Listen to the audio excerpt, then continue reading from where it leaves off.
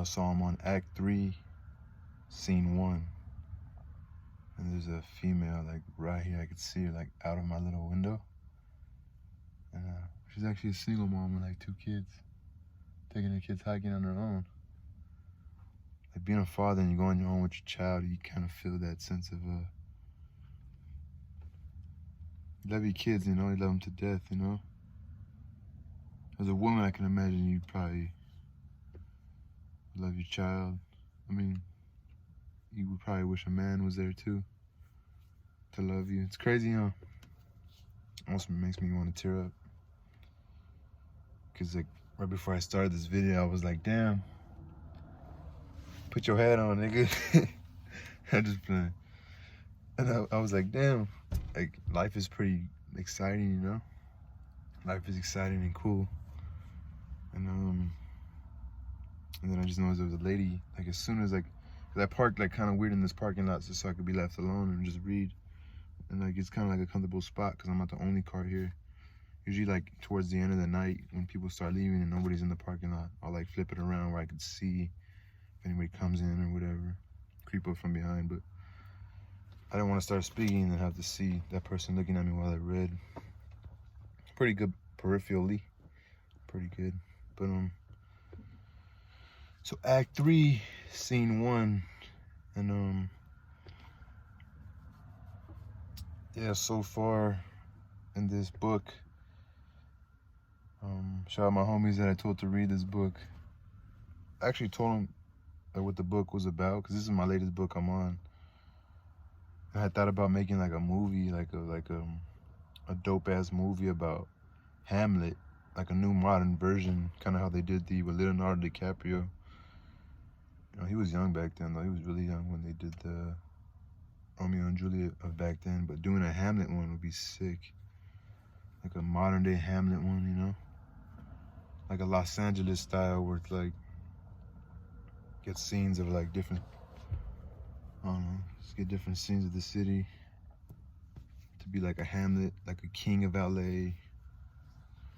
But your uncle becomes the king. You know how the story is told. Just in modern characters, you know? And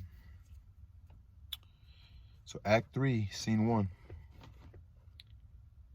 Claudius, which is the king of Denmark, Gertrude, the queen of Denmark, Hamlet's mom, Polonius, like they're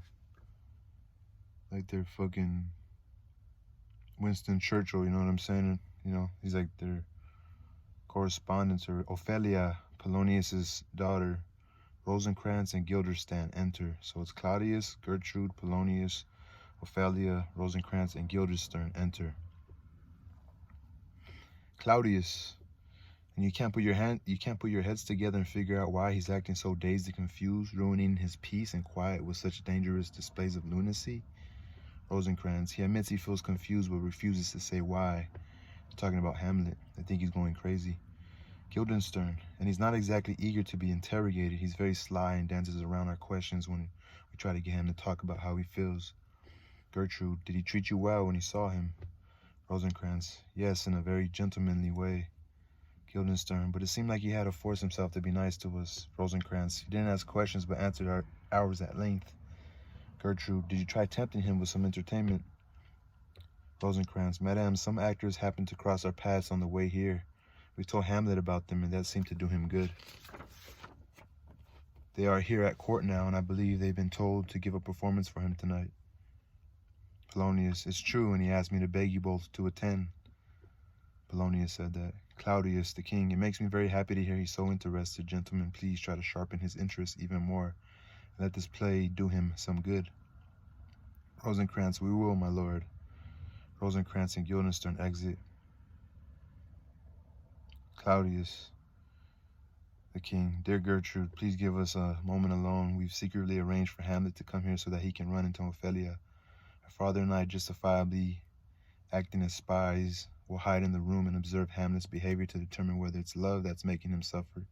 Gertrude, yes, I'll go. As for you, Ophelia, I hope that your beauty is a reason for Hamlet's insane behavior, just as I hope your virtues will return him to normal someday for the good of both of you.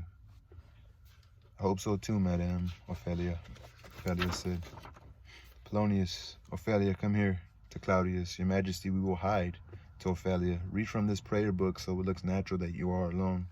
Come to think of it, this happens all the time. People act devoted to God and mask their bad deeds. Claudius, to himself, how right he is.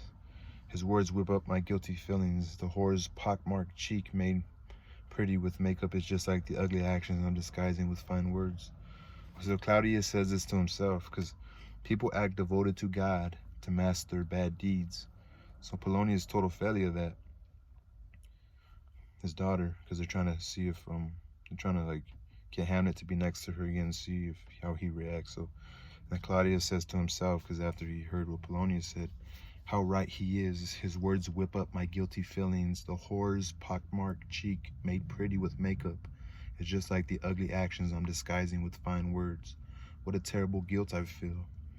Polonius, I hear him coming. Quick, let's hide, my lord. Claudius and Polonius hide. Hamlet enters. Hamlet. The question is it better to be alive or dead? Is it nobler to put up with all the nasty things that luck throws your way, or to fight against all those troubles by simply putting an end to them once and for all? Dying, sleeping, that's all dying is, a sleep that ends all the heartache and shocks that life on earth gives us. That's an achievement to wish for, to die, to sleep. To sleep, maybe to dream. But there's a catch. In death's sleep, who knows what kind of dreams might come after we've shaken out the flesh from our souls. That's certainly something to worry about. That's a consideration that makes us stretch out our suffering so long. I love that shit. After all, who would put up with all life's humiliations, the abuse from superiors, the insults of arrogant men, the pangs of unrequited love, the inefficiency of the legal system, the rudeness of people in office, and the mistreatment good people have take from bad, when you could simply take out your knife and call it quits? Who would choose to grunt and sweat through an exhausting life, unless they were afraid of something dreadful after death? The undiscovered country from which no visitor returns, which we wonder about without getting any answers from, and which makes us sick to the evils we know rather than rush off to seek the ones we don't. Which we wonder about without getting any answers from, and which makes us stick to the evils we know rather than rush off to seek the ones we don't. Fear of death makes us all cowards, and our natural boldness becomes weak with too much thinking. Actions that should be carried out at once get misdirected and stop being actions at all. But shh, here comes the beautiful Ophelia. Pretty lady, please remember me when you pray. Who's he talking to? He's talking to himself. Ophelia, hello, my lord. How have you been doing lately? Hamlet, very well, thank you. Well. Ophelia, my lord, I have some mementos of yours that I've been meaning to give back to you for a long time now. Please take them. Mementos. Hamlet, no, it wasn't me. I never gave you anything. Ophelia, my lord, you know very well that you did, and wrote letters to go along with them, letters so sweetly written that they made your gifts even more valuable. Oh, she's giving back his letters that he wrote to her. She says, my lord, I have some mementos of yours that I have been meaning to give back to you for a long time now. I didn't read that right. Please take them. No, it wasn't me. I never gave you anything. Ophelia, my lord, you know very well that you did, and wrote letters to go along with them. Letters so sweetly written that they made your gifts even more valuable. Their perfume is gone now, so take them back. Nice gifts lose their value when the givers turn out not to be so nice. There, my lord. Hamlet, haha, are you good? Ophelia, excuse me? Hamlet, are you beautiful? Ophelia, my lord, what are you talking about? Hamlet, I'm just saying that if you're good and beautiful, your goodness should have nothing to do with your beauty. Ophelia, but could beauty be related to anything better than goodness? Hamlet, sure, since beauty's power can more easily change a good girl into a whore than the power of goodness can change a beautiful girl into a virgin. This used to be a great puzzle, but now I've solved it. I used to love you. Ophelia, you certainly made me believe you did, my lord.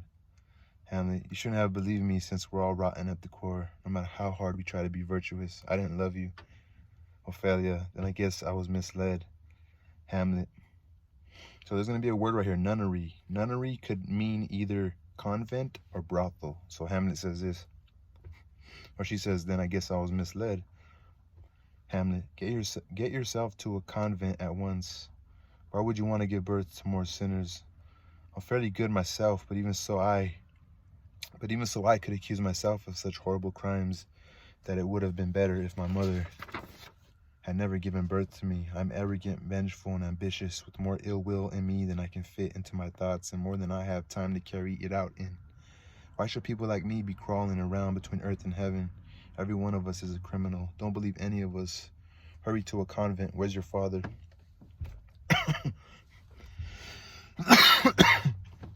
Excuse me. Ophelia. He's at home, my lord. Hamlet. Lock him in so he can play the fool in his own house only. Goodbye. Lock him in so he can play the fool in his own house only. Goodbye. Sounds like he knows or something. Ophelia. Oh dear God, please help him. Hamlet. If you marry, I'll give you this curse as your wedding present. Be as clean as ice, as pure as the driven snow, and you'll still get a bad reputation. Get yourself to a convent at once. Goodbye. Or if you have to get married, marry a fool, since wise men know far too well that you'll cheat on them. Goodbye. Ophelia. Dear God, please make him normal again. Hamlet. I've heard all about you women and your cosmetics too. God gives you one face, but you paint another on top of it. You dance and prance and lisp. You call God's creations by pet names, and you excuse your sex pop ploys by pleading ignorance. Come on, I won't stand for it anymore. It's driven me crazy. I hereby declare we will have no more marriage. Whoever is already married, except one person I know, will stay married. All but one person. Everyone else will have to stay single. Get yourself to a convent fast. Hamlet exits. Yeah, Hamlet's kind of tripping, huh? Let me get some water. My shit's itching.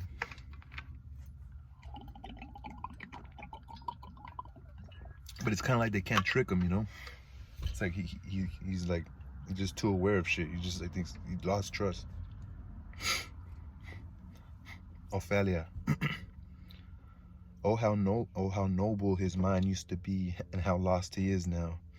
He used to have a gentleman's grace, a scholar's wit, and a soldier's strength. He used to be the jewel of our country, the obvious heir to the throne, the one everyone admired and imitated, and now he has fallen so low. And all of the miserable women who once enjoyed hearing his sweet, seductive words, I am the most miserable. A mind that used to sing so sweetly is now completely out of tune, making harsh sounds instead of fine notes.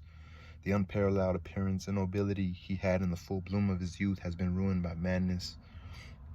Oh, how miserable I am to see Hamlet now and know what he was before. Claudius and Polonius come forward. I have an itch. Don't do this to me now. And it's such a wonderful fucking chapter. So Claudius the king and Polonius his side man, who's Ophelia's dad, come in. Claudius. Love? His feelings don't move in that direction, and his words, although they were a little disorganized, weren't crazy. No, his sadness is hatching something, like a hen does sitting on an egg. What hatches very well may be dangerous, so to prevent any harm being done, I've made a quick executive decision. He'll be sent to England to try to get back the money they owe us. With any luck, the sea and new countries will push out these thoughts that have somehow taken root in his mind. What do you think of this plan? Polonius. It should work, but I still believe that his madness was caused by unrequited love. Hello, Ophelia. You don't have to tell us what Lord Hamlet said. We heard everything. My lord, do whatever you like, but if you like this idea, let his mother, the queen, get him alone and beg him to share his feelings with her. I'll hide and listen in. If she can't find out what his secret is, then send him off to England or wherever you think best. Claudius, the king. That's how we'll do it then. When important people start to show signs of insanity, you have to watch them closely. They all exit. That was the end of Act 3, Scene 2. Or Act 3, Scene 1. Peace, y'all.